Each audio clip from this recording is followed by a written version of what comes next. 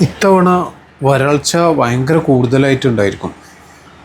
തുലാം വളരെ കുറവാണ് കിട്ടിയിട്ടുള്ളൂ. ഏകദേശം 40% മഴ കുറവാണ്.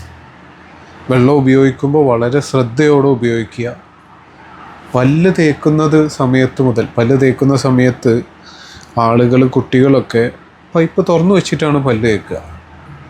അത് ഏകദേശം ലക്ഷക്കണക്കിന് വെള്ളം ഓരോ വീട്ടിലും നഷ്ടപ്പെടുത്തുന്നതെന്നാണ് പഠനങ്ങൾ പറയുന്നത്.